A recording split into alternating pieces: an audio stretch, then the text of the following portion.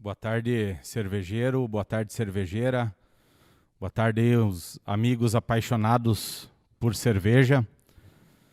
Queria desejar as boas-vindas a todos ao nosso Congresso Técnico Agrária Malte 2020.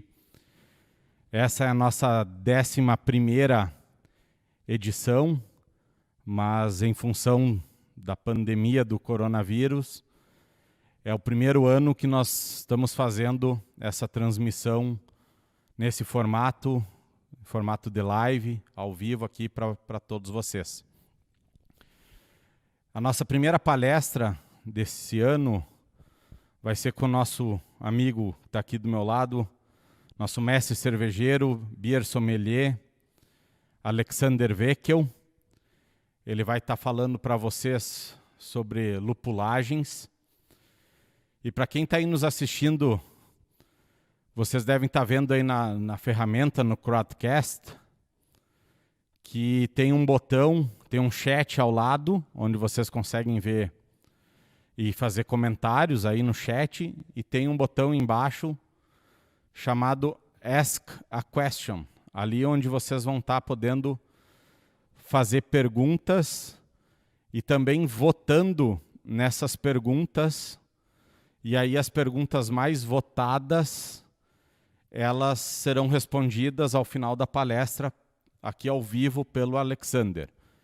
As demais perguntas serão respondidas posteriormente ali por e-mail para cada um de vocês, para quem fez as perguntas, tá bom?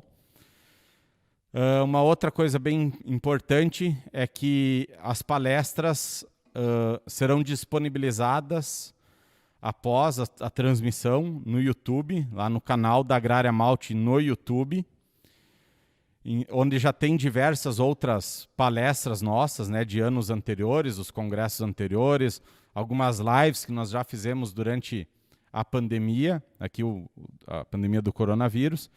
Então todas as palestras ficarão disponíveis para que vocês possam assistir lá no nosso canal do YouTube após as transmissões. Como eu comentei antes, essa aqui é a primeira palestra, mas nós temos outras 13 palestras programadas, tem mais uma hoje, às 19 horas, as outras 2 na quarta-feira e outras 2 na sexta-feira da semana. E as demais serão na semana seguinte. Tá, então, eu já vou passar a palavra aqui para o Alexander. Um outro detalhe, só gostaria de comentar, pessoal, é que até para a segurança de todos, apesar de nós estarmos a uma certa distância aqui, todas as palestras serão feitas com máscara, né? E nós também, o Veckel já passou álcool gel aí nas mãos, toda a higienização necessária, tá? Então, para a segurança aqui de todos que estão envolvidos aqui na transmissão. Nós estamos aqui também, pessoal, com a Ludmila Antoniazzi, que é mestre cervejeira aqui da Agrária também. Ela vai estar atuando como moderadora aí no chat e nas perguntas, né? E ela que depois vai estar transmitindo as perguntas para o Alexander Veckel, tá? E também está aí junto com nós, aí nos bastidores, o Fábio Teleginski e o Alexander Schwartz, que também são 2 outros mestres cervejeiros e beer sommeliers aqui da Agrária. Souber responder. Que vão estar aí também à disposição, caso o Veckel não saiba responder alguma dúvida de vocês, tá bom? Mas com certeza eu acho que juntando o conhecimento técnico aí dos 4, a gente vai estar bem assistido, tá bom? Então é isso, pessoal. Sem mais delongas, vou passar a palavra para o Alexander aqui, para ele dar início à palestra dele. Desejo um excelente congresso técnico online para todos e espero que ano que vem a gente possa voltar ao formato anterior, tá recebendo aí todos vocês aqui na Agrária, como nos anos anteriores, né? Onde a gente recebia aí quase 500 cervejeiros aqui numa semana inteira praticamente de palestras. Então é isso, boa palestra a todos. Veckel, contigo. Tudo bom, pessoal? Boa tarde, né? Para quem não me conhece, eu sou o Alexander Weckl, sou um dos mestres cervejeiros aqui da Agrária, como o Matheus já falou. E a ideia hoje é falar para vocês um pouco sobre lupulagens, né? Eu digo um pouco porque é um assunto muito amplo. E nós fizemos um teste aqui de algumas lupulagens para a gente tirar algumas dúvidas que nós mesmos tínhamos. Eu quero passar para vocês aí algumas coisas que na nossa prática aqui apareceram, explicar isso um pouco, mostrando na teoria que não foi só com a gente, né? Mas como vocês sabem, lupulagens é um assunto bastante extenso, né? Tem bastante coisa, a gente fala de lupulagens nos workshops da Agrária aí faz muito tempo, e então tem muita coisa que eu não vou ficar repetindo aqui, né? Lógico, se vocês tiverem alguma dúvida específica que eu não fale aqui, eu vou dar o máximo para responder vocês ao vivo, online hoje. E o que não der para ser respondido, a gente vai entrar em contato com vocês aí depois para tentar responder todas as perguntas, né? Pessoal das câmeras, acho que a gente pode ir para a apresentação e daí eu vou passar um pouco aí do que eu vou conversar com vocês hoje, né? Esse nome, Novas Técnicas Antigas, foi meticulosamente escolhido aí, porque apesar de muitas pessoas acharem que... falar mais alto, se não estão escutando, me deixa por mais perto aqui. Vamos lá. Apesar de muitas pessoas acharem que algumas das técnicas, como por exemplo mesh hopping, first wort hopping, até o próprio dry hopping são técnicas novas, na verdade elas são técnicas antigas que estão sendo redescobertas e reestudadas, né? E então alguns desses novos estudos eu quero mostrar para vocês, tá? Então vamos lá. Né? Primeiro eu vou falar sobre o experimento, né? Falar para vocês como foi o procedimento desse nosso experimento de lupulagem, mostrar os resultados, tá? E depois nós vamos para algumas discussões, né, e algumas teorias. Eu vou falar sobre mesh hopping, vou falar sobre first wort hopping. Pessoal, eu não vou falar sobre dosagem de amargor, dos 60 minutos, ou lúpulos de amargor, né? Porque isso foi um assunto bastante citado já nos últimos anos, nos workshops aqui da Agrária. Então isso se vocês têm um interesse, vale a pena assistir as palestras lá, as palestras são muito legais. A mesma coisa vale para a dosagem de 30 minutos, onde a gente fala de sabor, polifenol, dosagem de amargor de qualidade, compostos de amargor que não são isoalfácidos, que eu vou comentar um pouco aqui também, mas principalmente focado em polifenol. Tem umas palestras bem legais ali no YouTube da Agrária, vale a pena vocês assistirem.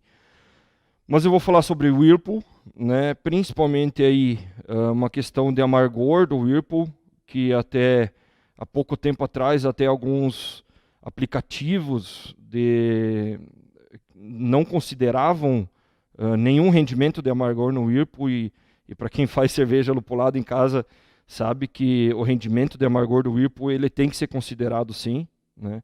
Isso a gente tem visto aí nessas lupulagens mais recentes de New England IPAs e tal, onde a maioria do amargor vem dessa dosagem. E vou falar um pouco de aroma de Whirlpool também. E no dry hopping, gente, a gente já falou bastante sobre dry hopping. Na minha palestra no ano passado eu mostrei alguma coisa para vocês sobre dry hopping, citando dry hopping dinâmico, estático, citando tempo de contato e coisa arada assim, que já não são mais assuntos tão novos, né? Mas que a gente pode responder se vocês tiverem alguma dúvida aí, tá? O que eu vou falar no dry hopping hoje? Eu vou falar do novo medo, digamos aí, do dry hopping, com o aumento das quantidades de dry hopping, um fenômeno chamado hop creep. E fora o amargor do dry hopping, eu vou falar um pouco também de hop creep para vocês. Então é bastante coisa, né? Eu tentei sintetizar bastante mas acho que a gente vai conseguir dar conta aí na próxima 1 hora de falar sobre isso, para ter tempo de vocês responderem para eu responder as perguntas de vocês, né? Então, como foi o nosso procedimento dessa produção? Teste aqui na experimental, que eu quero agradecer, inclusive, o meu xará Alexandre Schwartz e ao Jean, por terem tocado essa produção. Eu estava em home office, né? Então não consegui participar muito assim, mas sempre virtualmente presente. Foi uma receita 100% Malt Pilsen agrária, com extrato original, então 14,1 platos, extrato final aparente 2,4, né? Nós ajustamos o pH, né, da mostura, e o pH da fervura foi então de 5,13. Tá? Volume de apronte quente 107 litros, apronte frio 101 litros. Importante assim para a gente ter uma noção do rendimento também dessas lupulagens. Nós usamos uma levedura nova que ainda não existe no Brasil, que a gente está começando a testar agora, mas que em breve vocês vão ver aparecendo por aqui, chama Verdun IPA da Lallemand. Levedura que teve algumas características que eu vou compartilhar para vocês que podem ter influenciado aí em alguns resultados da nossa lupulagem. Tá?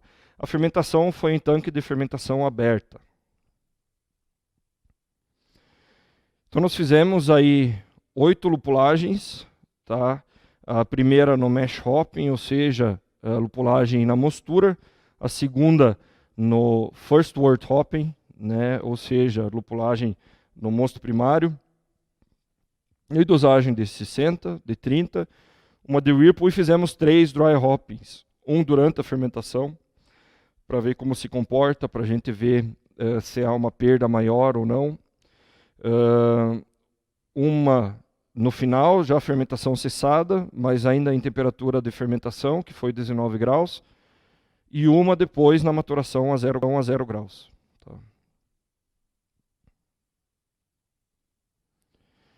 Então vocês podem ver lá, a gente fez 10 análises aí de IBU usado espectrofotometria, né? Para quem assistiu às palestras de lúpulo do ano passado, sabe que podem ser feitas 2 análises de amargor, uma por espectrofotometria, que é uma análise não específica, ou seja, eu pego todos os compostos de amargor, ou eu posso fazer essa análise por HPLC, que nesse caso eu pegaria só isoalfa-ácido. Tá? Nossa intenção nunca foi fazer HPLC, porque justamente a gente quer saber, quer ter uma noção de qual é o teor de amargor dessa cerveja perceptível, sei lá. Então a ideia foi justamente pegar todos esses compostos, né, para a gente ter essa noção. Tá?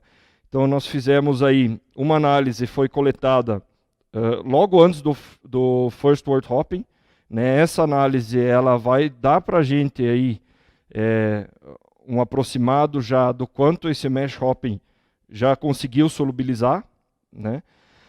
Daí dessa mesma amostra coletada antes do first wort, nós pegamos uma parte dela e fervemos, ou seja, para ver se fora a solubilização houve também uma taxa de isomerização que talvez não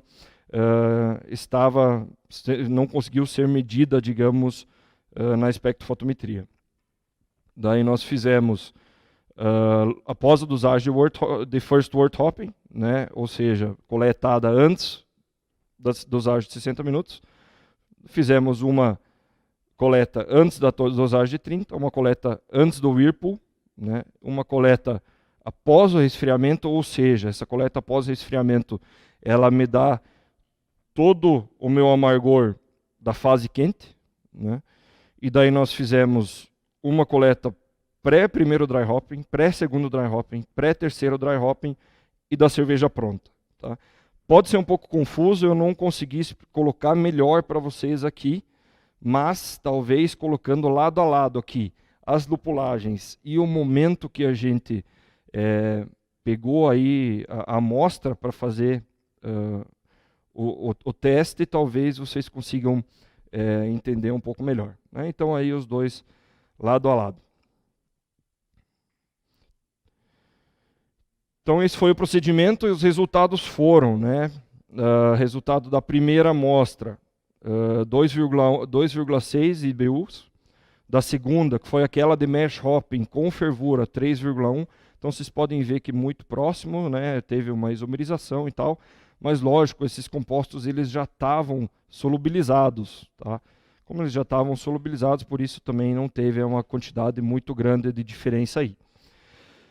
Daí um resultado bem interessante, né? O first wort hopping aí deu um boom no IBU. E daí a dosagem de amargor, né? 20,3 IBUs, aí foi subindo até na sexta coleta, que é pós o resfriador, que era o que a gente já imaginava, né? O que nós não sabíamos que a gente teria uma perda tão grande de IBU durante a fermentação. A gente sabe que existem perdas, né, de isofácidos e outros compostos de amargor que se ligam ao trube quente, trube frio. Trube quente, na verdade, ficaria para trás, mas se liga a trube frio, se liga a levedura, né, a própria matéria verde. Vocês vão ver que no dry hopping também você perde alguma coisa de isofácido por matéria verde, mas foi uma perda bastante grande. A literatura diz aí nessa fase em torno de uns 30%, 35%. Né? A gente ficou em torno disso, talvez um pouco mais. Vocês viram também ali o IBU não aumentou muito no dry hopping, tá? Um pouco sim, deu para ver um leve aumento. A gente esperava um aumento maior, tá? Nessa fase. Eu vou explicar para vocês lá na frente o porquê disso. Mas nós acreditamos que está relacionado um pouco a essa levedura. A levedura Verdun, ela, por ser uma levedura de alta fermentação, a gente já esperava que ela fermentasse no topo do tanque, digamos assim, aberto, né? Mas foi uma levedura que ela demorou muito tempo, durante todo o tempo de fermentação ela ficou em cima, né? Como o tanque era fermentação aberta, a gente não conseguiu revolver direito essa levedura com o lúpulo, então a solubilização pode ter sido afetada. Inclusive, na dosagem a 0 graus, essa levedura ela ainda estava em cima. Ela levou 2 dias para flocular, então isso pode ter influenciado aí a solubilização dos compostos de amargor no dry hopping. Aqui mostrando então em formato de gráfico, né, essa subida do amargor, que era o esperado, as perdas. Eu só gostaria de ter visto, talvez aí pela literatura, a gente imaginava que a gente conseguiria um pouco mais de amargor vindo do dry hopping. Então, vamos para as teorias, né? Começar falando sobre mash hopping, tá? Como vocês viram, o mash hopping ele contribui muito pouco para o amargor. O nosso rendimento aí foi em torno de 4,5%, bem próximo do que foi encontrado por Wittstock, um pouco a menos do que o que foi encontrado por Justus, mas a dosagem de mash hopping, quando vocês buscam amargor, não é uma dosagem que é viável, tá? Porém, lá na Alemanha, eles acharam uma viabilidade bacana dessa dosagem de mash hopping, porque ela ajuda na estabilidade sensorial da cerveja, tá? Por que isso ajuda na estabilidade sensorial da cerveja? Lá na Alemanha, principalmente, onde você tem que seguir a lei da pureza alemã, você não pode usar nenhum adjuvante e coadjuvante, né? Você precisa trabalhar com com lúpulo, com malte, com os ingredientes, né, da cerveja, para que você consiga estabilizar melhor a tua cerveja.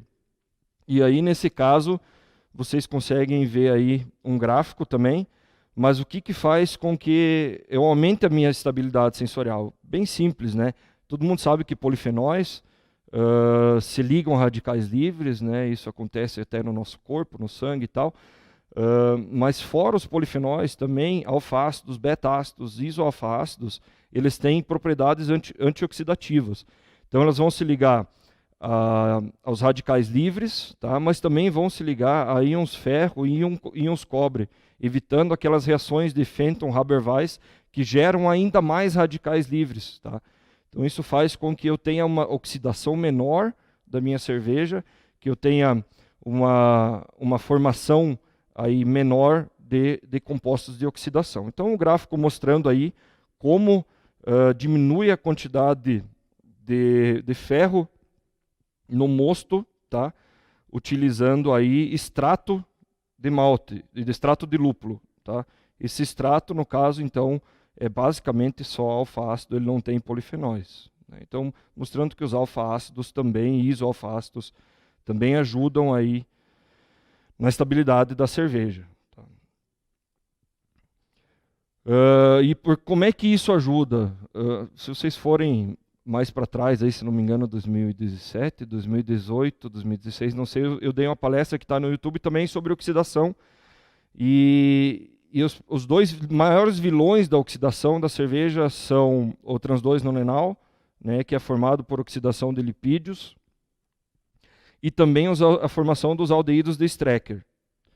Então, quando você elimina o radical livre, quando você elimina essa reação de Fenton e Haber-Weiss, você acaba evitando com que essas reações elas aconteçam, e isso faz com que a cerveja ela tenha aí um resultado melhor, digamos, de estabilidade sensorial. Isso a gente consegue ver nessas duas tabelas, né?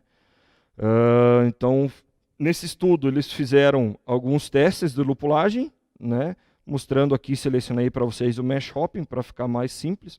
Eles fizeram mash hopping, e lógico, não só ele, mas outras lupulagens também. Mas mostrando aqui que a cerveja, no envelhecimento forçado, a cerveja com o mash hopping foi uma das cervejas melhor ranqueadas. Tá?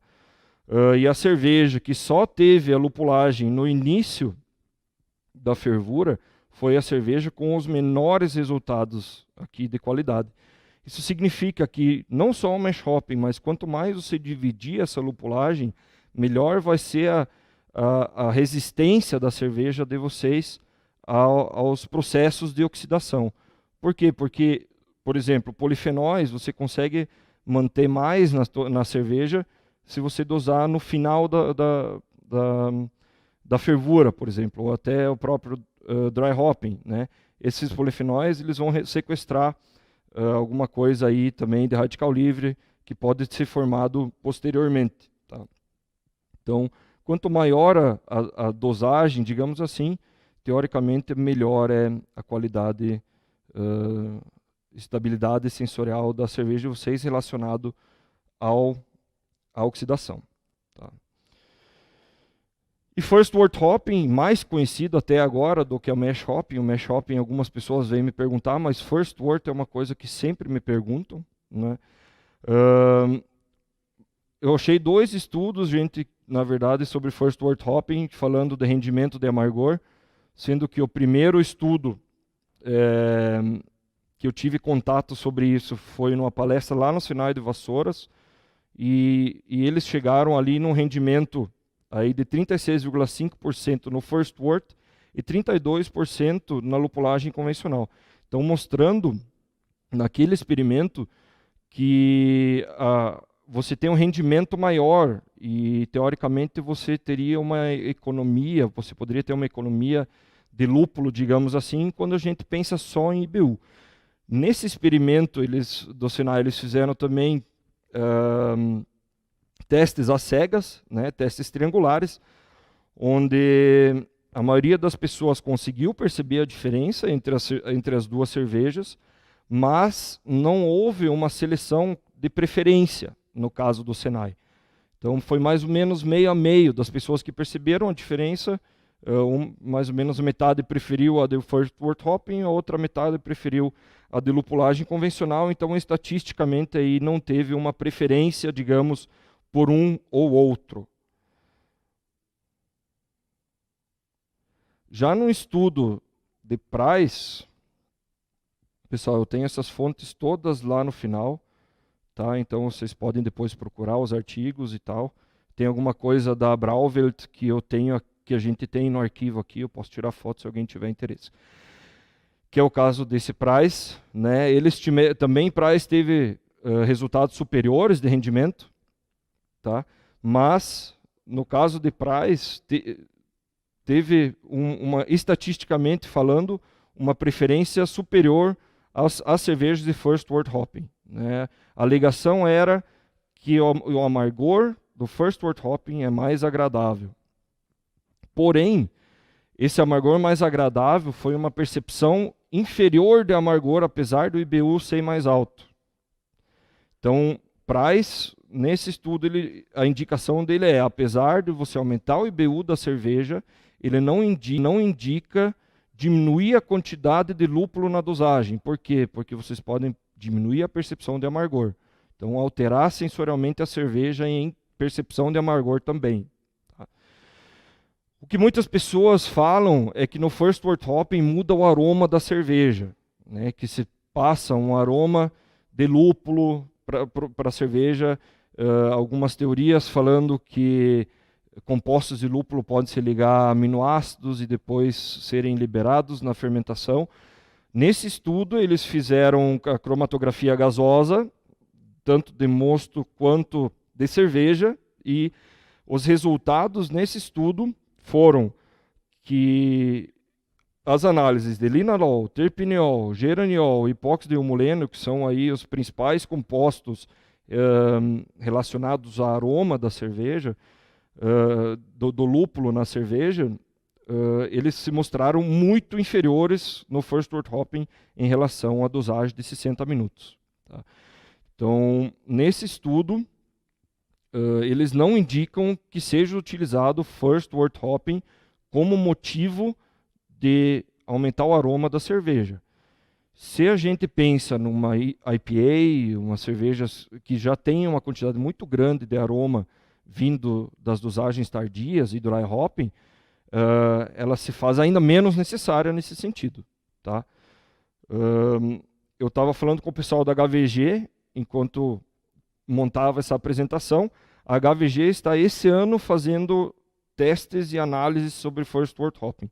Então não percam no ano que vem. Provavelmente uma das palestras do nosso workshop vai ser sobre First Wort Hopping e talvez a gente tenha alguma novidade também em relação de aroma.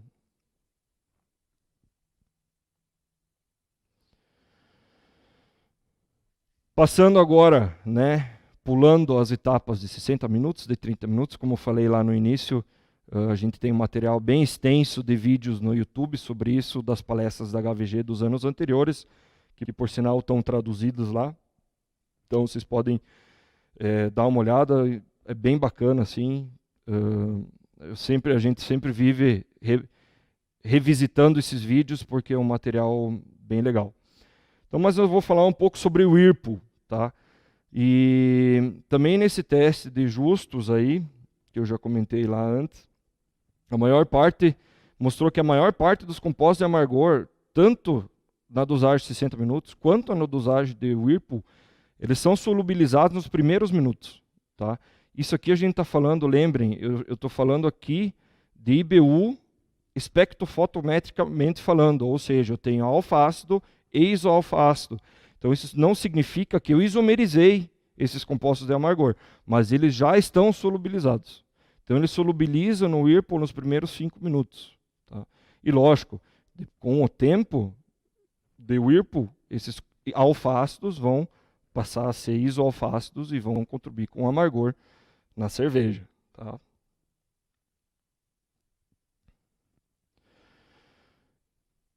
E lógico, né, sempre que a gente fala em isomerização, isso não é novidade para vocês, mas isso também acontece no Whirlpool. Tá? Quais são os fatores dependentes da isomerização no Whirlpool? Temperatura e tempo. Né? Então, se você tem um Whirlpool que é isolado, como no caso aqui da cervejaria experimental, a tina de Whirlpool é isolada, normalmente a gente tem uma taxa de isomerização bastante alta. Tá? Então a gente fala de 10%, às vezes até mais, 10, 12, dependendo do tempo do teu Whirlpool e daí depende, gente, do tempo do resfriamento. Né? Então, se eu vou levar 1 hora para resfriar todo esse mosto, né, a gente considera que são 30 minutos desse mosto a tempo quente, porque metade dele, digamos, você já resfriou, outra metade não, né? Então, você tem que considerar que quanto maior o tempo que você tem para resfriar o mosto, mais tempo em isomerização esse mosto vai estar. Tá? Mas, lógico, não é só isso que influencia. Né? Fim de fervura, a gente sabe, pH é mais baixo. Tá? Como o pH é mais baixo, ele acaba influenciando um pouco menos nesse caso. Tá? Mas densidade do mosto influencia na isomerização. O IBU, que já veio das dosagens anteriores, influencia na isomerização. Então, essas IPAs que normalmente se fazem, essas New England, que só se faz dosagens tardias, ou se faz uma dosagem muito, muito pequena no início, essas IPAs elas vão ter uma taxa de isomerização maior do que uma West Coast IPA, por exemplo, que já tem uma dosagem maior no início. Tá? E lógico, a dosagem. Né? Quanto maior a minha dosagem, menor a minha taxa de utilização. Tá? E o IBU mostra aqui também, né? Quanto maior meu IBU, menor a minha taxa de utilização aí no Whirlpool, tá? De rendimento ou utilização. E quando a gente fala em aroma, gente, eu quis trazer isso para vocês aqui. Muita gente acha que dá para fazer uma cerveja com dosagem aromática só no dry hopping, né? Até dá, mas normalmente você não consegue uma complexidade. E esse estudo aqui mostrou que quando você faz dosagens simples, digamos, só de Whirlpool, só de dry hopping, você tem características sensoriais diferentes. Tá? Então, nesse caso aqui, o Simcoe, né? Então WP aqui, Whirlpool, DH, dry hopping, você pode ver que quando é feito o Whirlpool, você puxa aromas aí que lembra frutas tropicais, também cítrico, né? E quando você faz só o dry hopping de Simcoe, por exemplo, aí já vem essas frutas de caroço e floral. Então é importante que quando vocês vão fazer as IPAs de vocês e tal, que vocês trabalhem com dosagens diferentes, não só uma dosagem, não só Whirlpool, não só dry hopping, né? E até quando a gente pensa em Whirlpool, hoje é muito comum você fazer vários dry hoppings, né? Tem temperaturas diferentes, com tempo de contato diferente. Mas até quando a gente pensa em Whirlpool, a gente pode trabalhar com temperaturas diferentes. E esse foi um estudo que mostrou que dependendo da tua temperatura do Whirlpool, lógico, você vai ter uma volatilização diferente dos compostos de lúpulo. E gente, o Whirlpool ele é de fundamental importância para a biotransformação.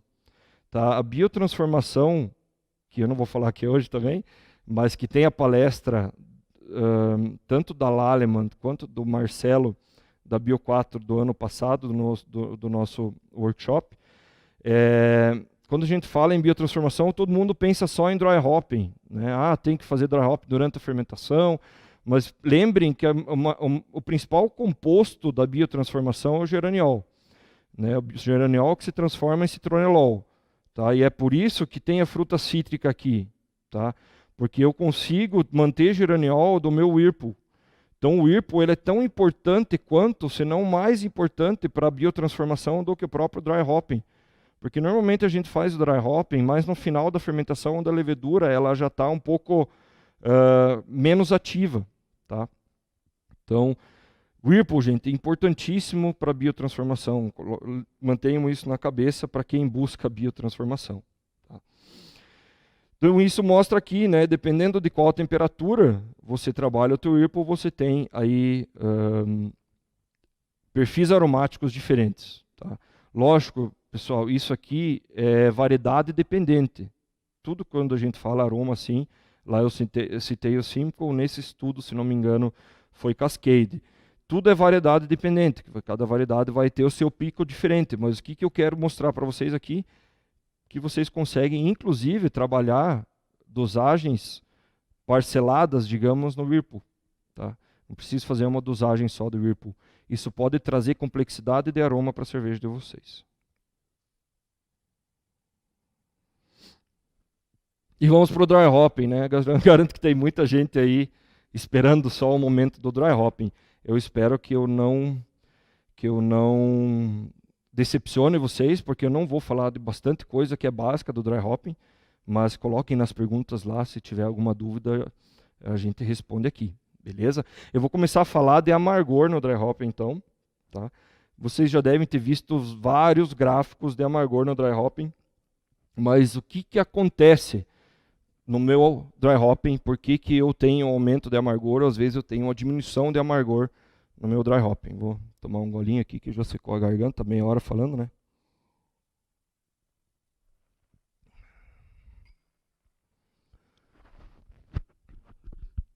Então vocês conseguem ver aí nesse gráfico que eu tenho uma diminuição de isoalfa-ácido quando eu faço dry hopping. Por que isso acontece? Quando eu faço dry hopping, eu insiro matéria verde do próprio lúpulo, né? Quanto maior a minha matéria verde, maior vai ser a aderência de isoalfa-ácidos a essa matéria verde, e isso depois eu perco, porque essa matéria verde vai decantar e eu perco, ela sai da cerveja. Ah, Alex, mas se eu uso então um lúpulo T45, que tem menos matéria verde do que um lúpulo T90, eu vou ter uma diminuição menor de isoalfa-ácidos? Exatamente. Se eu uso um lúpulo T45, ou até mesmo um cryo hop, que vocês conhecem aí, você vai ter uma diminuição menor desses isoalfa-ácidos. Então isso precisa ser levado em consideração. Em contrapartida, eu tenho um aumento das homolinonas. Tá? O que são as homolinonas? As homolinonas, elas são uma fração oxigenada do alfa-ácido. Tá? E essa fração oxigenada do alfa-ácido, ela tem uma solubilidade muito alta. Tá? Para cervejas com IBU baixo, essas homolinonas, elas têm uma solubilidade aí de quase 100%. Para cervejas de IBU mais alto, essa solubilidade diminui um pouco, vai para 80%. Mas a homolinona, pessoal, ela não tem o mesmo potencial de amargor do isoalfa-ácido. Tá? Estudos mostram que o potencial de amargor da homolinona, ela representa 66%, né, do amargor do isoalfa-ácido. Mas também a homolinona está relacionada a uma qualidade positiva de amargor. Tá? Então, às vezes, por isso que essas cervejas como as New England, que apresentam IBUs muito altos, elas têm uma percepção de amargor boa. Né? Muitas têm uma percepção de amargor boa, qualidade bom, apesar do IBU alto. Tá, mas como é que eu sei quanto eu tenho de homolinonas? Vocês vão perceber nos laudos de lúpulo que a homolinona não é um composto que você vai receber em casa. Mas você consegue fazer, nem fazer uma estimativa, mas você consegue ter uma ideia se é um lúpulo que tem homolinona mais alta ou não, de acordo com o Hop Storage Index. O que é o HSI ou Hop Storage Index? É um índice que mostra o quanto esse lúpulo ele passou por oxidação antes de ser embalado nesse pacote que vocês conhecem, que vocês recebem em casa, os pacotes de 5, 10 quilos. Né?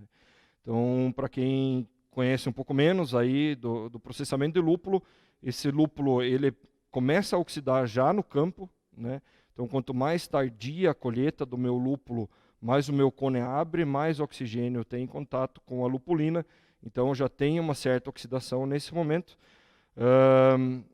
O lúpulo ele não vai direto para as embalagens que a gente conhece, eles ficam primeiro em fardos grandes, a flor do lúpulo, o cone prensado, né? E ali também existe uma leve oxidação.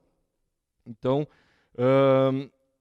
essa oxidação ela é medida, tá? E essa oxidação se chama Hop Storage Index. Então, quanto maior a minha oxidação, né? Como eu falei, o homolinona é um composto oxigenado, maior a minha homolinona.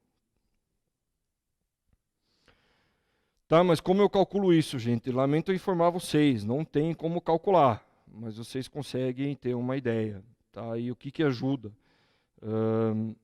Estudos mostram aí, né, cervejas com menos de 20 IBUs tendem a aumentar o amargor quando eu faço dry hopping. Cervejas com mais de 30 IBUs tendem a perder amargor. Tá? Então, vocês podem ver aí, nesse caso, uma cerveja que começou aí com 15 IBUs, que aumentou o amargor com a dosagem maior de dry hopping. Tá?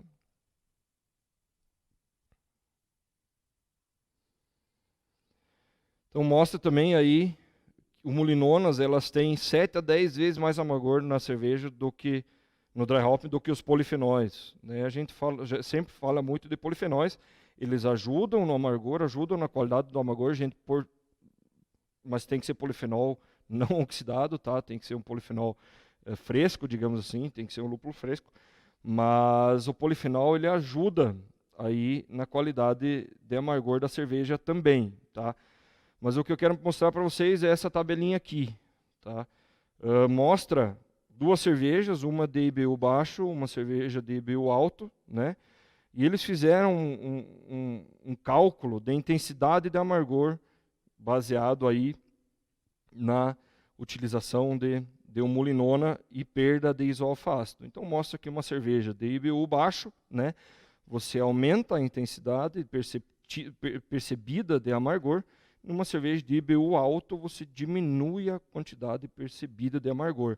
Então, às vezes, o IBU nem muda tanto, mas lembrem, a umulinona, ela tem uma percepção de só 66% da percepção de amargor do isoalfa-ácido. Então, as cervejas de IBU mais alto, vocês podem perder percepção de amargor dosando dry hopping. Claro, se você tem lúpulo em suspensão, levedura em suspensão com compostos de lúpulo aderido, daí essa percepção muda. Nós estamos falando aqui da percepção sem esses compostos solubilizados, digamos, da levedura, né, ou até matéria verde que esteja em suspensão ainda, né. E uma coisa que eu queria, um gráfico que eu queria mostrar para vocês, foge um pouco do amargor, mas fala um pouco de polifenol, mostrando aí um dos principais vilões, digamos, dessas cervejas muito lupuladas, né. Nesse caso, uma cerveja com EBC baixo, né, a lupulagem não muito alta. Aqui a gente está falando de uma cerveja Pilsen alemã, que perto das nossas Pilsens tem uma lupulagem alta, mas não é uma New England IPA. Mas mostra que o polifenol na cerveja, em contato com o oxigênio, ele traz cor para a cerveja. Tá? Então, esse é um gráfico que pode explicar o problema que algum de vocês já teve fazendo hazy IPAs que ficaram cinzas ou até marrons, tá? Em questão de uma semana, 2 semanas. Pessoal, cor na cerveja, mudar nesse nível em questão de dias, não está relacionado ao malte, tá? Não tem como ser, porque as reações que eu falei lá na frente de oxidação de melanoidinas e tal, não acontecem nessa velocidade, se acontecem mais devagar. Então a explicação mais provável é que esteja aqui, né, na oxidação de polifenóis.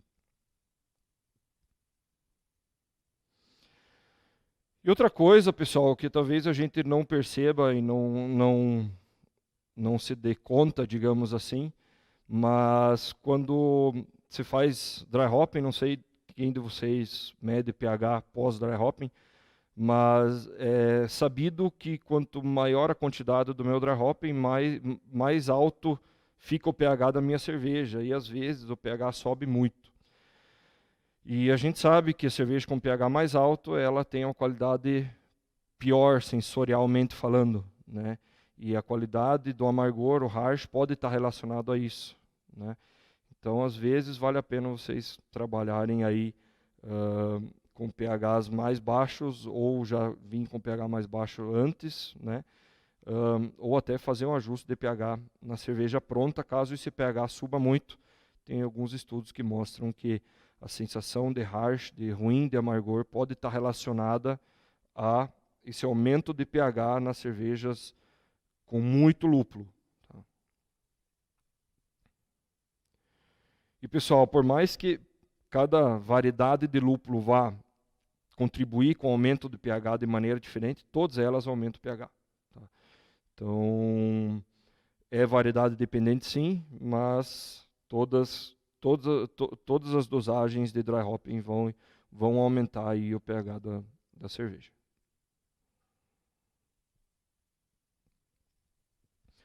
E agora falar do novo monstrinho, né, do dry hopping, já sendo estudado há algum tempo, se não me engano, desde 2016, que Shel Hammer, da Universidade de Oregon, citou a primeira vez, que é o hop creep. Tá? O que é o hop creep? Né? O hop creep ele nada mais é do que uma atenuação da cerveja pós-dry hopping, né? Depois que a cerveja, teoricamente, já parou de atenuar e não deveria continuar atenuando, né? E essa atenuação levando a uma série de problemas. Tá? Hop creep que não tem uma tradução literal, digamos assim, nem para o português e nem para o alemão, pelo que eu estava procurando. Né? Mas ele é isso aí, vocês conseguem ver nesse gráfico, após a adição do dry hopping, né, essa linha cinza é a linha normal de fermentação da cerveja. Pós o dry hopping, vocês podem ver que a cerveja continua atenuando, a gravidade final continua descendo. Tá? Essa diferença de atenuação é o que a gente chama de hop creep. Tá? E o hop creep, ele pode trazer alguns problemas para a gente. E por que ele acontece? Tá? Quando a gente faz uma dosagem muito grande de lúpulo, né, principalmente na matéria verde do lúpulo, a gente volta na matéria verde, eu tenho enzimas. Né? E tem algumas enzimas que não tem no malte. Né? Mas eu tenho alfa-amilase e beta-amilase, que normalmente eu tenho no malte também. Tá?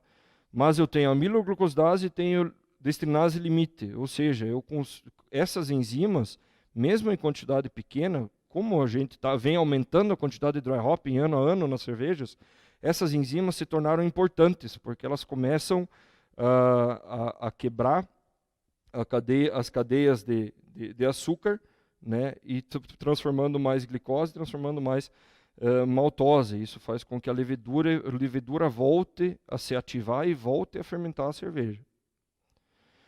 Qual que é a consequência disso? Tá? Então, um exemplo aqui, né, uma cerveja que normalmente tem um extrato aparente aí de 2,75, diminuindo para 2,25. Né? Isso faz com que eu tenha uma formação maior de álcool, isso faz com que eu tenha uma formação maior de CO2.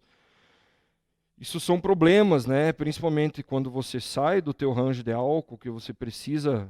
Para quem faz cerveja caseira, talvez influencie menos, porque o teor alcoólico às vezes é menos importante, mas quem tem que cumprir as exigências do mapa para rótulo, esse teor de álcool não pode variar tanto. Tá? Então, e sem contar que a cerveja sai do padrão. E a formação de CO2 é importantíssima, principalmente para quem não pasteuriza, né? Quem faz cerveja refermentada na garrafa, pós dry hopping e tal, vocês podem ter aí uma formação maior de CO2 e, consequentemente, fazer uma bombinha em casa, né? Então, hipercarbonatar a cerveja, que também é um problema. Muda sensorial, né? Você passa a ter um problema de espumamento. Então, isso é um problema. Tá? Nesses gráficos mostra, né, o que acontece. Eu tenho aqui os graus de polimerização do carboidrato, né, eu tenho uma diminuição dos carboidratos mais complexos, açúcares mais complexos, né, e eu tenho um aumento aí dos carboidratos simples, né, glicose e maltose. Tá? E vocês podem ver que eu tenho um aumento que já é significativo com 2 dias, ou seja, tempo de contato de 2 dias já é o suficiente para mudar a minha cerveja. Então, uma das indicações é, lógico, você diminui o tempo de contato do lúpulo no dry hopping. Né? Se sabe que 80% dos compostos de aroma a gente consegue nas primeiras 24, 48 horas. Se não me engano, 24 é 65%, 48 horas já 80% você já consegue subtrair dos compostos de aroma no dry hopping. Então, isso a gente fala no estático, né? Dinâmico é mais rápido ainda. Então, tentar diminuir o tempo de contato do lúpulo para que diminua o problema do hop creep, pode ser uma solução. Aqui mostrando um outro estudo, né, o que acontece aí com o hop creep pós-fermentação, né, só mostrando a mesma coisa de uma maneira diferente. Tá? Então, quando eu tenho a cerveja mais o lúpulo, não muda meu extrato. né? Quando eu tenho a cerveja com o lúpulo e com a levedura, e daí eu tenho a diminuição do extrato, aí, mostrando que o lúpulo e a levedura, trabalhando juntos, elas fazem com que haja uma refermentação, digamos assim, não desejada, né? E esse estudo é um estudo bem legal, que mostra aí o que acontece com o passar do tempo, né? O hop creep aí com envelhecimento forçado, digamos, tá? A 37 graus, na cerveja você já vê que eu tenho um aumento da minha maltose, tá? Nesse caso, aqui eu não tenho mais a levedura atuando. Como eu não tenho mais a levedura atuando, eu aumento a quantidade de maltose, tá? A minha... eu não vou atenuar mais a cerveja, digamos assim, né? Mas esse aumento de maltose faz com que mude a minha percepção de dulçor da cerveja. Tá? Então, se eu não tenho a levedura atuando, eu tenho problema de aumento de dulçor da cerveja, que é o caso aqui desse envelhecimento forçado a 37 graus. E eles também fizeram isso depois de 2 meses, tá? Mostrando que depois de um tempo, isso continua mudando. Lógico, o álcool não mudou mais, porque eu não tenho mais a levedura atuando, mas a minha percepção de dulçor aumentou. Isso faz com que mude o equilíbrio da minha cerveja, e a cerveja muda sensorialmente falando, né? Então não adianta só eu retirar a levedura. Retirar a levedura elimina alguns problemas, né?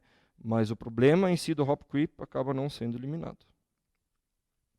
E outro problema do hop creep que foi visto, e inclusive é bem engraçado, mais ou menos uns 4 anos atrás, um cliente me perguntou se o dry hopping pode produzir diacetil na cerveja. Eu muito gentilmente não ri na cara dele, mas falei que não, né? E hoje, de alguns anos para cá, já se mostra que na verdade sim.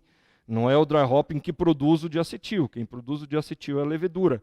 Mas o que acontece? Como a minha levedura volta a ativar, essa levedura ela volta a produzir diacetil. Tá?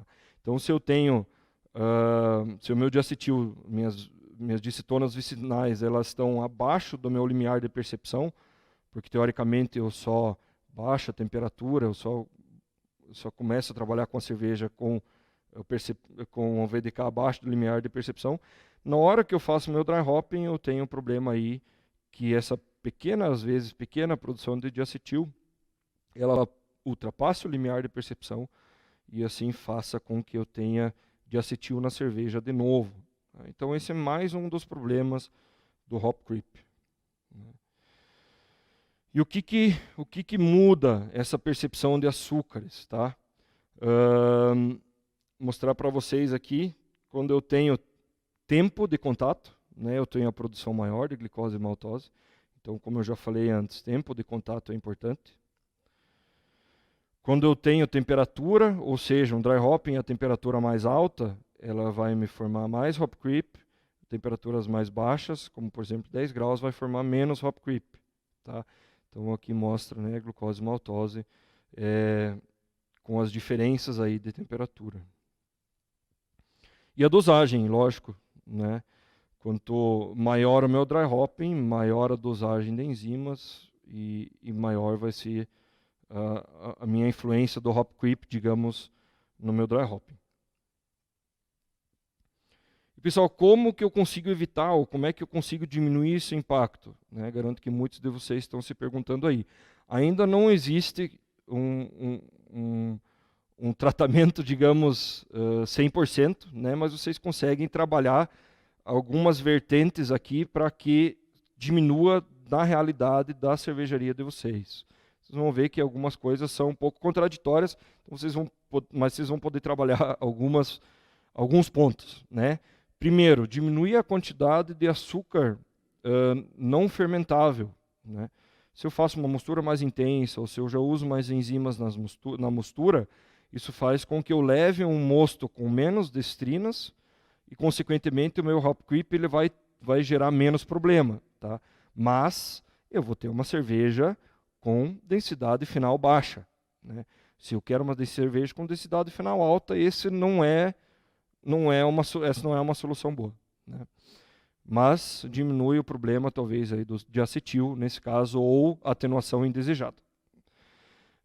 Nessa mesma linha de raciocínio, eu posso utilizar maltes mais modificados, menos maltes especiais, né? Menos maltes com destrinas altas, né? Maltes caramelo. Então, trabalhando com maltes mais modificados também, nessa mesma linha de raciocínio, eu consigo diminuir esse problema. Eu consigo retirar parte da minha levedura, então uma pequena centrifugação pré-dry hopping, isso vai me ajudar. Eu consigo até fazer uma centrifugação depois de 2 dias de dry hopping para tirar matéria verde, isso também ajuda. Então a centrifugação pode ajudar, tá? Mas como eu falei antes, eu tirar a levedura não necessariamente vai diminuir a ação das enzimas, só que você vai diminuir a atenuação, né? Para diminuir o problema de diacetil, eu posso usar uma enzima chamada alfa-cetolactato decarboxilase. A gente vende aqui na agrária, chama Matufest, tá? Isso eu posso utilizar para que você tenha menos problema aí de diacetil depois, né? Um estudo de uma cervejaria nos Estados Unidos mostrou que uma unidade de pasteurização, uma UP, é o suficiente para desnaturar essas enzimas.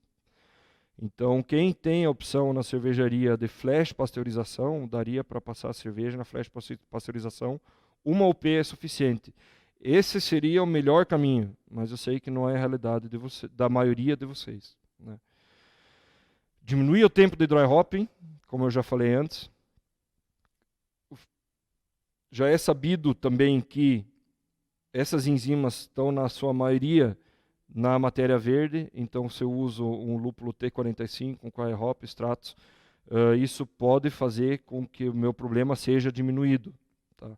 Lamentavelmente, ainda não se consegue a maioria das variedades nessas opções, né? Trabalhar com temperatura mais baixa de dry hopping também ajuda.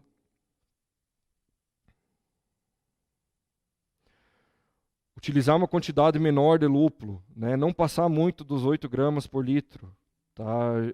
No ano passado eu mostrei um estudo também que quando você passa de 10 gramas por litro, você não tem mais uma agregação sensorial muito positiva do dry hopping para a tua cerveja. Esses aromas frutado, esses aromas cítricos, a maioria a gente consegue com dry hopping de até 8 gramas por litro.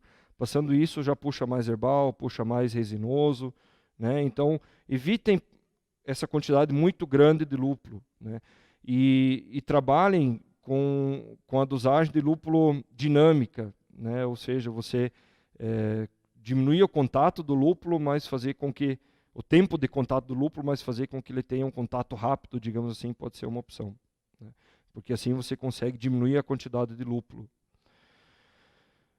Fazer o dry hopping com a levedura ainda mais ativa, tá? Isso principalmente para o diacetil, porque quando a levedura ainda está mais ativa, ela vai conseguir transformar esse diacetil em acetoína e você não consegue perceber ele depois, tá?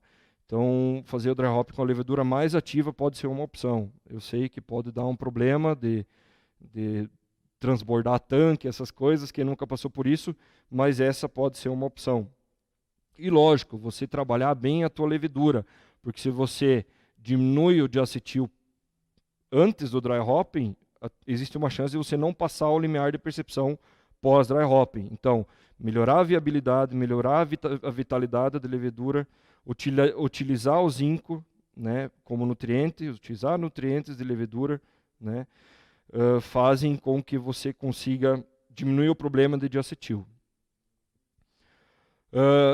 E também, como eu falei antes, né, já na centrifugação, você pode trabalhar com menos levedura em suspensão, né, fazer uma filtração, alguma coisa assim, para tirar a levedura, isso vai diminuir o problema de diacetil, não necessariamente o problema de dulçor vindo do hop creep, né. E uma coisa que não é muito a nossa realidade aqui, mas que são os estudos que estão sendo feitos nos Estados Unidos, Algumas cervejarias lá que têm contratos com os grandes produtores de lúpulo, elas estão pedindo para trabalhar a secagem do lúpulo em temperatura um pouco mais alta. Isso faz com que as enzimas elas já venham menos ativas lá do processo de industrialização do lúpulo, e isso diminui o hop creep. Né? Com o passar dos anos, vem se trabalhando com uma secagem mais baixa na hora de processar o lúpulo, isso porque se quer manter mais óleos, né? Para ter uma evaporação, uma volatilização menor de óleos do lúpulo, mas essas temperaturas cada vez mais baixas de secagem acabam criando esse problema, digamos assim, do hop creep. Então existe uma tendência de voltar a secar os lúpulos em temperatura mais alta e inclusive algumas análises sensoriais mostram que esses lúpulos secos em temperaturas mais altas, elas são até melhores para a sensação aí de frutado, de alguns óleos que se mantêm positivos, digamos assim, no lúpulo, né? E alguns que são negativos talvez volatilizem. Mas isso ainda são estudos que estão sendo feitos. Tá?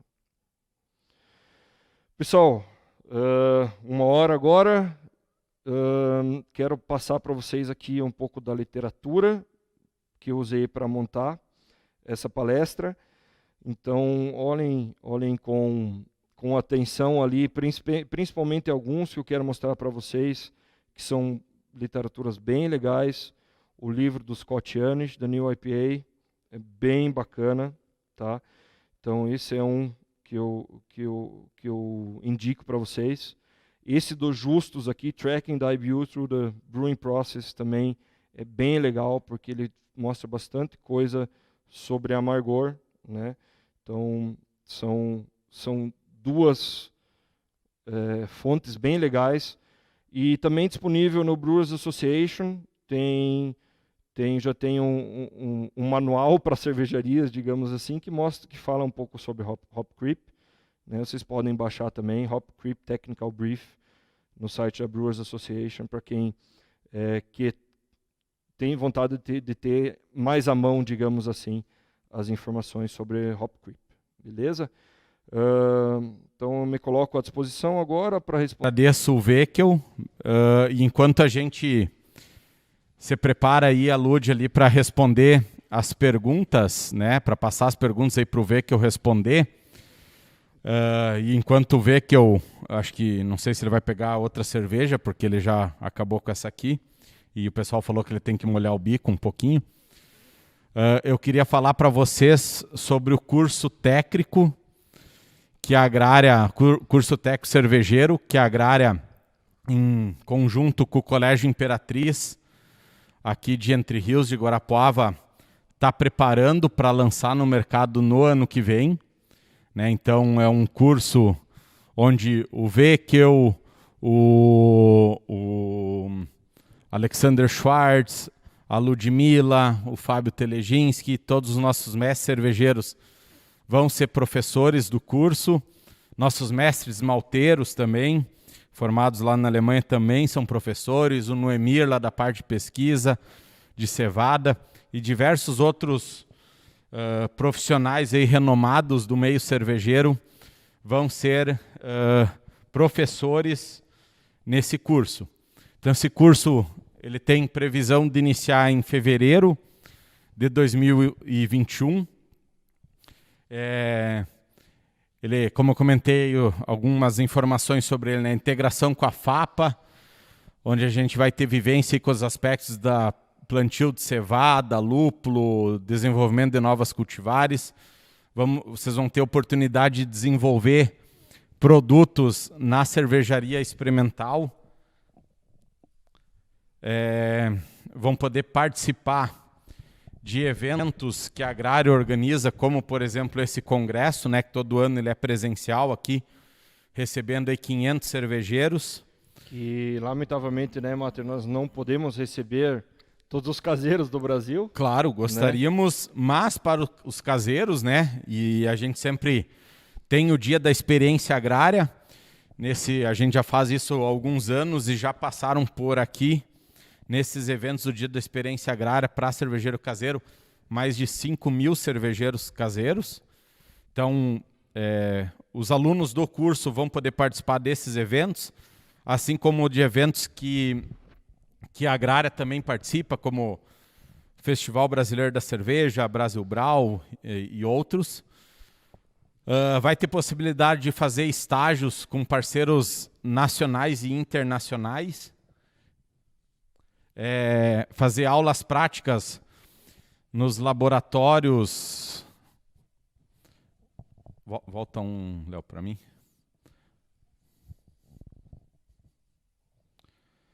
Aulas práticas nos laboratórios da Agrária, que são acreditados pelo Inmetro e outras normas. Pode passar. Vai poder acompanhar o processo produtivo na maior maltaria da América Latina, na nossa maltaria, ter aulas teóricas e práticas, professores aí também com know-how na área educacional. Vai ter professores formados na Alemanha, né, como eu já comentei, em outras instituições. E os processos seletivos, pessoal, para esse curso técnico, ele vai acontecer nos dias 10, 12 e 13 de novembro desse ano. As vagas são limitadas, pessoal, são 25 vagas no máximo, serão 25 alunos por turma, e aí os interessados vão ter que fazer um processo seletivo para participar. Maiores informações, pessoal, vocês podem entrar no site do Colégio Imperatriz, está aí aparecendo para vocês na tela, www.colegioimperatriz.com.br. Tem algumas informações lá, tem telefone, e-mail de contato também. Então, quem tiver interesse, pessoal, nesse curso, entre em contato com a gente, que a gente com certeza vai ser um curso de enorme sucesso aí no ano que vem. Pessoal, vamos voltar aqui. Acho que a Lud já preparou todas as perguntas ali, já viu quais foram as perguntas mais votadas, tá? Pessoal, só alguns recados ali que a gente viu no chat também. A palestra vai ficar disponível no YouTube da Agrária Malte, no canal do YouTube da Agrária Malte, tá? Não só essa, como todas as próximas palestras. A gente precisa fazer a palestra de máscara, pessoal, aqui para a segurança de todos que estão envolvidos aqui. Eu vi que algumas pessoas ali reclamaram um pouquinho, questionaram, mas fácil e necessário isso, pessoal. Mas pelo que a gente viu, funcionou bem, o áudio saiu perfeito. Eu sou obeso e tenho pressão alta, então eu sou do grupo de risco. Olha, vou até ficar mais longe de você. Tá, mas, pessoal, funcionou bem. Pelo que o pessoal deu feedback, ele deu para ouvir bem o Alexander, o Veckel, tá? Mas todas as palestras vão ter que ser, as que serão transmitidas daqui, vão ter que ser com máscara, né? Hoje às 19 horas nós temos a palestra do Fábio, então todo mundo que está assistindo aqui o Veckel agora acessa aí novamente às 19 horas para assistir a palestra do Fábio. Na quarta-feira nós temos a palestra de manhã com o Alírio, da Weirmann, direto lá da Alemanha, tá? E aí acredito, de lá ele vai fazer sem máscara, mas as daqui vão ter que ser com máscara, pessoal. Vou passar a palavra aqui para a Lud, para ela começar as perguntas, tá? Para o Veckel ir respondendo. Lembrando que nós não vamos ter tempo, pessoal, de responder todas as perguntas, vamos responder as mais votadas, e aí depois as demais serão respondidas ali pela Ludmila aqui na própria... Bom, vamos para as perguntas então logo, né? As mais votadas aí. A mais votada, então, até também é sobre um dos temas que a gente até já começou a falar em outras palestras, que é sobre o dry hopping em temperaturas mais baixas, né? Se ele tem efeito, se você perde muita eficiência com relação a um dry hopping feito em temperatura de fermentação. Tá, gente, a gente tem que pensar assim, qual é a intenção do meu dry hopping, né? Eu comentei sobre biotransformação antes, então em temperatura baixa eu vou ter, ou eu não terei ação da levedura, ou eu terei pouca ação da levedura. Isso significa que eu não vou ter a biotransformação, que é uma das coisas que a gente tem buscado aí, principalmente nessas New England IPAs, aí a tendência agora, esses aromas mais cítricos e frutados, né? Nesse caso, a temperatura baixa não é uma boa ideia, mas a temperatura baixa pode ser feita assim. Em temperatura baixa, você tem algumas vantagens. Primeiro, quando você baixa a temperatura, você baixa a quantidade de célula de levedura. Quando você baixa a quantidade de célula de levedura, você tem menos perda, por incrível que pareça. Então, quanto menos células de levedura em suspensão, menor a minha perda. Lógico, com temperatura baixa eu vou ter uma solubilização talvez menor, né? Eu vou levar mais tempo para solubilizar esses compostos aromáticos do lúpulo, mas ele se compensa por causa da quantidade, da contagem de células em suspensão. A diferença é que você terá um aroma especificamente daqueles compostos aromáticos do lúpulo, e não das transformações, biotransformações que podem acontecer na cerveja, né? Então depende muito do que você quer, tá? Se você quer a característica do lúpulo propriamente dita, você consegue sim fazer a lupulagem a frio. Ainda tem muitas cervejarias que fazem, né? Mas como eu falei, a nova tendência é você fazer ela ainda em fermentação, buscando biotransformação. Não significa que não possa ser feita a frio. Sempre que a gente fala de dry hopping, a gente começa respondendo com depende, né? Sempre que existem assim. vários Na fatores, verdade, né? na cerveja é tudo depende. Exato. Bom, então vamos para a próxima. A gente tem bastante cervejeiro caseiro assistindo a gente agora. Sejam bem-vindos. E a pergunta, então, vem deles aí. Qual o melhor método de lupulagem para as APAs e IPAs feitas em casa? Tá. Acredito que a pergunta deve ter sido em relação ao dry hopping também, né? Falar de lupulagem de dry hopping. Dificilmente é legal você fazer um dry hopping com mais de 4 gramas por litro de uma vez, né? A solubilização baixa muito. Então, quando você for fazer uma cerveja com dry hopping mais alto, 8 gramas por litro, que nem eu citei antes lá, ideal é você dividir essa lupulagem em 2 ou 3 vezes. Tá? Isso aumenta a tua solubilização, né? Então, dividir essa lupulagem em 2, 3 vezes é sempre uma boa. Quando a gente pensa em equipamento de caseiro, normalmente a gente fala em balde, não fala em tanques de inox nem cilindro cônicos, né? Então, a gente tem um problema aí, que é a solubilização desse pellet, né? Então, muitas vezes esse pellet ele não solubiliza direito, você não consegue injetar CO2 por baixo, que isso torna um dry hopping um pouco mais dinâmico, né, na cervejaria. Então, esse dry hopping muito estático faz com que o caseiro tenha perdas, né? Aquela coisa, você pode ou fazer um dry hopping um pouco mais alto para diminuir essa sensação da perda, digamos assim, para compensar a perda, né? Ou você poderia, talvez, desintegrar um pouco esse pellet de lúpulo para que a solubilização seja maior. Mas, daí você tem o caso aí de talvez você oxidar um pouco esse lúpulo, mas se fizer isso rapidinho, pode ser uma opção. Então, o que eu indico para caseiros? Tá? Eu mesmo sou caseiro ainda, mas já há muito tempo faço cerveja em casa. Eu gosto de dar uma desintegrada. Quando eu vejo que o pellet é de um lúpulo, vocês já devem ter percebido, tem alguns pellets mais compactos, outros mais quebradiços. Quando é quebradiço não precisa, quando ele está mais compacto, eu sugiro dar uma quebradinha neles, porque isso aumenta o rendimento. E fraciona, né? Faz 2, 3, 4 dosagens, sempre cuidando, gente, com incorporação de oxigênio, né? Lúpulo e oxigênio, quer dizer, cerveja e oxigênio são duas coisas que não podem caminhar juntas. Então, toda vez que você abre o teu fermentador, você tem que cuidar para não incorporar oxigênio. Beleza? Essa é uma pergunta até que apareceu bastante aqui com relação a dosagens mais altas.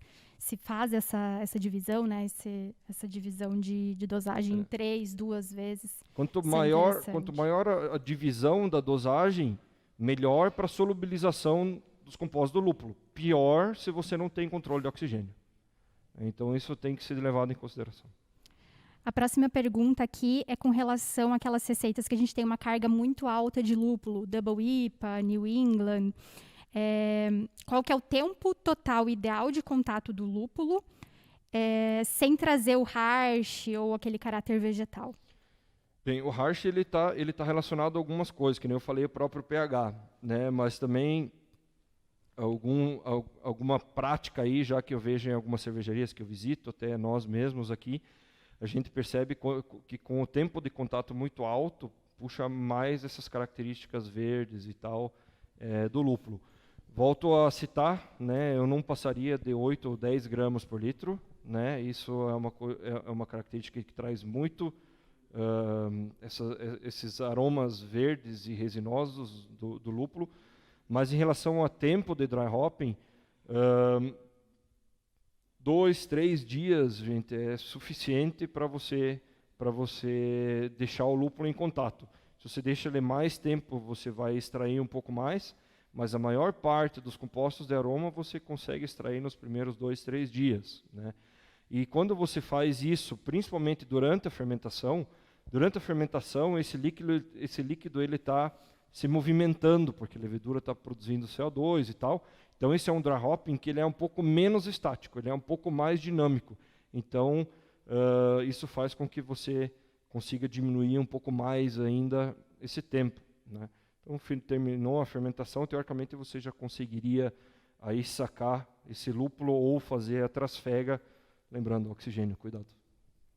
Tem muitas pesquisas que falam que acima de 5, acima de 7 dias você já tem muito esse caráter vegetal, né? Que não é eu tão não passaria de interessante. 5 dias. A não ser, eu sei que muitos caseiros têm o problema que não tem como purgar o lúpulo. E daí de novo, a questão do depende, né?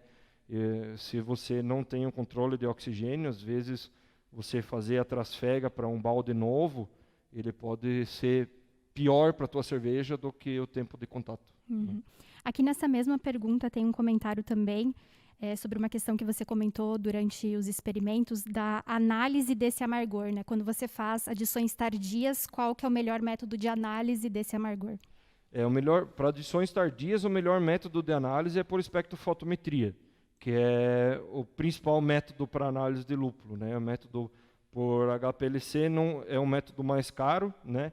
E você não vai conseguir, lógico que você vai ter a informação de alfácido, isoalfácido, todos os picos, digamos assim, mas o IBU total você não teria. Então eu acredito que o próprio IBU total por espectrofotometria, que pega todos os compostos de amargor, seja o melhor método de análise, né? Ele que é o que a maioria né? menos específico, que é o que a maioria dos laboratórios faz, né? Agora volto a dizer, para você calcular, estimar isso no dry hopping ainda é um desafio. É difícil, né? A próxima pergunta está relacionada ao ajuste de água e a sua influência no aroma e também em todas essas adições, na fervura, no Whirlpool, dry hopping. Na verdade, agora com essas IPAs novas e tal, muito se fala em ajuste de sais, né, para dar as características diferentes do lúpulo, né? O West Coast IPA normalmente trabalha com mais sulfatos, agora com as New England o pessoal já trouxe um pouco mais de cloretos de novo para trazer essas características do malte e tal junto. Acredito que depende muito da receita, né, Lud, o que você quer, mas normalmente quando você trabalha com sulfatos, você acaba trazendo essa sensação de lupulado um pouco superior em relação à sensação de maltado na cerveja, né? A próxima pergunta é sobre quando você está projetando essa receita que tem bastante dry hopping, lupulagem final. Quais que são as considerações para fazer esse cálculo? Essa é uma boa. É muito empírico, assim, é muito do feeling, né? Lógico, quanto mais alfa-ácido tem o lúpulo que eu vou dosar no meu dry hopping, ele tende a ter mais alfa-ácido oxidado, que são as humulinonas, né? Então, se eu vou fazer um dry hopping de um lúpulo de alfa-ácido alto, eu tendo a agregar mais IBU do que se eu fizer um dry hopping de lúpulo de alfa-ácido baixo, tá? Então, isso pode ser levado em consideração. Como eu falei, HSI, né? O HSI tem todos os laudos do lúpulo, né? Se eu tenho um HSI daquela variedade específica mais alta em relação a outros lotes, pode ser que eu agregue mais humulinonas e eu tenha uma sensação maior de amargor. Mas, volto a dizer, é muito empírico, né? Então vai muito de teste da receita e tal. E quando a gente fala de caseiro, como você acaba não... os caseiros raramente fazem essas análises em laboratório para saber exatamente quanto tem de IBU, então essa análise sensorial é o mais importante, né? Então, você cria um banco de dados sensorial, digamos assim, e assim você consegue prever um pouco melhor o impacto do dry hopping no amargor. Agora sobre o dry hopping no final de fermentação. Qual que é a atenuação ideal que você considera para fazer esse dry hopping? E quantas horas de contato, quanto tempo de contato até você iniciar o resfriamento? Tá, eu gosto de fazer o dry hopping faltando 1 plato, 2 platos para a atenuação final, né? A gente sempre faz o teste de atenuação rápida, então a gente sabe exatamente quando vai parar. Não gosto de dosar o lúpulo quando a fermentação ainda está muito ativa, porque há uma enucleação de CO2 muito intensa nesse momento, e isso faz com que você tenha um risco muito grande de perder cerveja por transbordar a tanque e tal, principalmente quando a gente fala nesses tanques fechados de inox, que acabam trabalhando com um pouco de pressão, né? Então, esse pode ser um grande problema, por isso eu gosto de dosar mais para o final, sabendo que a biotransformação vai ser um pouco menor, né? Então, sempre 1 plato, 1 plato e meio, 2 platos antes da atenuação final é quando eu faço o dry hopping. Já fiz várias vezes também com a fermentação finalizada, né? A gente sabe que a biotransformação, dependendo da levedura, pode ser ruim. Por exemplo, leveduras que são POF positivas, que produzem fenólico, que é aroma de borracha, queimada, essas coisas, como a maioria das leveduras belgas, levedura de Weiss. Essas não é legal você fazer durante a fermentação. Essas leveduras é legal você fazer com a fermentação já finalizada, porque você não quer a biotransformação. E se você busca fazer bem no final, faltando 1 plato, né? Mas é mais ou menos aí a maneira que eu faço o dry hopping. Com relação a reutilizar a borra de um dry hopping, porque em teoria a gente utiliza variedades com maior teor então de aroma do que de amargor. Eu estaria só adicionando celulose no processo, matéria verde, ou você vê alguma vantagem nisso? Reutilizar a borra no processo quente. Isso. Me lembre, Ludi, passa meu e-mail para essa pessoa. Eu tenho um estudo, eu não coloquei na apresentação aqui, mas que tem mais ou menos a porcentagem de utilização de alfa-ácido no dry hopping, se eu não me engano, 50%. Eu não vou lembrar de cabeça agora, mas que tem um estudo que mostra mais ou menos qual que é a taxa de utilização desse lúpulo no dry hopping. Então você consegue estimar o quanto você mantém dele na borra, tá?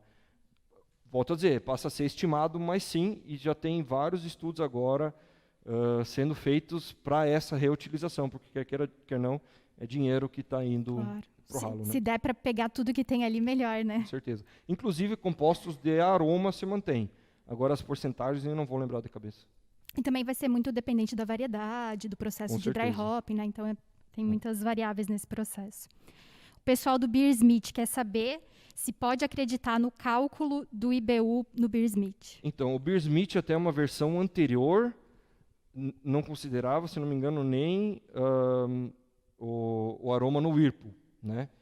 Hoje, se não me engano, a última atualização já tem alguma coisa. Eu não sou um utilizador de Beersmith, mas eu sei que ele se atualizou em relação ao Whirlpool, pelo menos, até tem batido com algumas cervejarias que eu tenho falado.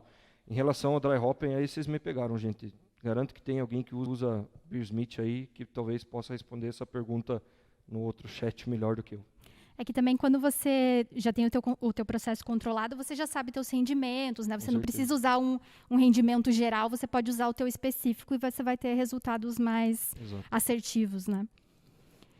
A próxima pergunta é pedindo para você falar um pouco como se deve levar em conta os níveis de mirceno, humuleno, colmulona, farneseno e cariofileno na hora de escolher um lúpulo para aroma.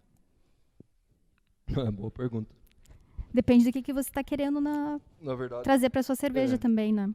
Na verdade, assim, esses são os compostos de aroma que você encontra em alguns laudos, né? A maioria dos laudos nem tem, mas, por exemplo, tem no nosso catálogo um range, né? Mas o fato é que a gente raramente tem essa informação do lote específico. Então é muito difícil você conseguir trabalhar com elas, né, no lote específico. Tem algumas pessoas que utilizam essas informações para fazer substituições de lúpulo, mas também já é provado que você pode fazer exatamente a substituição desses principais compostos do lúpulo e juntar 2, 3 variedades para tentar chegar numa que talvez esteja em falta ou está muito cara, e daí e a cerveja não fica igual, né? E por que a cerveja não fica igual? Porque hoje a gente tem muitos compostos de lúpulo que ainda não são nem tão conhecidos ou nem são conhecidos, né? Ou que trabalham de forma aditiva ou de forma sinérgica com esses compostos mais conhecidos. Então é muito difícil utilizar essa informação para escolher o lúpulo, né? Algumas informações que podem ser mais relevantes: a quantidade de linalol para dosagens tardias, quantidade de geraniol quando você busca biotransformação, e quantidade de compostos sulfurosos quando a gente pensa nesses lúpulos para fazer dry hopping e tal, lúpulos americanos e tal, que são esses tióis, esses compostos sulfurosos que trazem esses aromas aí mais frutados e tal, né? Mas é difícil, assim, é difícil utilizar essa informação, até porque normalmente a gente não tem ela, né, Ludi? A gente tem ela só aproximada, então raramente se utiliza essa informação para cálculo, né? E como você falou, né, acho que a sinergia de todos esses compostos faz toda a diferença, Com né? certeza. Isso é difícil de Tem você... muita coisa que ainda não se sabe em relação a compostos aromáticos, né? Sobre o dry hopping ser considerado como maturação. Se você faz 5 dias de dry hopping, pode ser considerado como 5 dias de maturação? Perdão, repete para mim. Com relação ao dry hopping, se pode ser considerado como maturação. Fazendo 5 dias de dry hopping, posso considerar como 5 dias de maturação? Acho que aí também está relacionado com que temperatura que você está utilizando, né? Com certeza, sim. E você normalmente precisa de um tempo maior de maturação do que 5 dias, né? Então, acredito que está mais relacionado ao tempo de maturação da tua cerveja. Acredito que é um caseiro que está falando isso, porque provavelmente depois de 5 dias ele já deve estar pensando em engarrafar ela, sabe? Teria que talvez terminar essa maturação na garrafa daí, né? Mas esses 5 dias já considera como os 5 dias que você está fazendo maturação também, né? Ah, sim, se a temperatura for de maturação. Isso, né? com certeza. Isso, com certeza. Inclusive, se for uma temperatura mais alta. O processo de maturação começa quando a fermentação termina, né? Então, já considera, a partir do momento que termina a fermentação, já considera o início tempo de maturação. né? Para diminuir o contato do lúpulo na cerveja, é bom fazer uma infusão a frio do lúpulo e depois colocar na maturação com a cerveja mais limpa? É possível, assim, infusão a frio, infusão a quente, que chamam de hop tea, né? Isso pode ser feito, sim, né? Mas também, na minha opinião, assim, eu já fiz algumas vezes, né? Já fiz alguns testes com hop tea. A minha impressão é que os aromas são menos complexos do que quando se usa o lúpulo in natura, em pellet, digamos assim, né? Eu já fiz muito hop tea, já adicionei na cerveja final, né? Na minha opinião, fica bom, mas ele tende a ficar mais gramíneo e resinoso. Essa foi a minha impressão empírica, não vi um estudo sobre isso, tá? Mas a minha impressão é que você perde muito desses compostos que você realmente quer, que são esses compostos mais frutados, né? É porque você tem até uma própria interação dos compostos que estão presentes ali na cerveja com o lúpulo nessa extração, né? Então... Não, e numa extração a frio, se você não utilizar a cerveja, a extração é simplesmente aquosa. Quando você usa a cerveja, você tem a extração aquosa e também alcoólica. Sim. Então, e a gente fala em compostos que às vezes só se solubilizam nesse meio. Então, muita coisa muda, né? Vamos então para a última pergunta, que a gente já estourou o tempo aí um pouquinho. Dry hopping, ideal seria fazer o cold crash para 8, 10 graus para maior extração de óleo? Qual o método ideal? Assim, isso é uma coisa que está sendo conversada bastante, principalmente por causa do hop creep, né? Então, de você fazer o cold crash para 8, 10 graus, para fazer o dry hopping, justamente para ter menos ação da levedura. Você coleta uma parte dessa levedura, né? E daí você não tem o problema do diacetil. Então, isso está voltando, né? Está voltando. Pode ser uma opção, sim, né? Inclusive, pode ser uma opção, às vezes, um segundo dry hopping, né? Às vezes, um dry hopping primeiro para fazer uma biotransformação, depois um segundo, depois pós cold crash para 10 graus, né? Pode trazer uma complexidade, mas lembrando que se eu faço o dry hopping a 10 graus, eu não tenho uma adição da levedura, não tenho biotransformação. Então, também vai depender do que você quer. Exatamente. Aí no final. Então é isso, pessoal. Vou passar aqui para o Mater para encerrar. Muito obrigada. Pessoal, para nós encerrarmos essa primeira palestra, né, com o Vecchio aí, ficou mais algumas perguntas ali, né, Ludmila, que o pessoal fez e que a gente acabou não conseguindo. Vou passar aqui para esse lado só para facilitar um pouco o pessoal aqui das câmeras. A Lud vai estar respondendo ali junto com o Vecchio agora as demais perguntas que não foi possível responder nesse momento. Como eu já comentei antes, essa palestra vai ficar disponível no nosso canal do YouTube. Então, o canal da Agrária Malte, quem quiser já pode entrar lá, já tem outros vídeos lá, curte a gente lá, segue a Agrária Malte lá no YouTube. E esse vídeo vai ser disponível lá, tá? Para quem quiser continuar assistindo as próximas palestras nossas, pessoal, às 19 horas hoje tem uma palestra com o nosso mestre cervejeiro e beer sommelier, o Fábio Teleginski, que vai estar falando sobre o uso de flakes, quebra de paradigmas.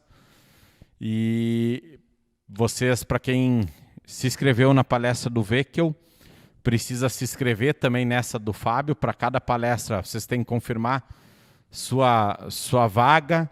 E aí o Crowdcast envia vocês, manda um e-mail 10 minutos antes da palestra começar. Só tome um cuidado, que a gente percebeu aí que bastante gente comenta que não recebi o e-mail. Às vezes o e-mail pode estar indo pro spam de vocês, tá? Então só dá uma verificada se não está no spam. Mas se não, é só acessar dentro do Crowdcast, aí, como vocês fizeram hoje, procurando ali a Agrária Malte, e aí hoje a palestra às 19 horas ao vivo. Tá bom, pessoal? É isso, gostaria de agradecer mais uma vez a participação, a presença de todos, agradecer o Alexander Vecchio por essa excelente palestra.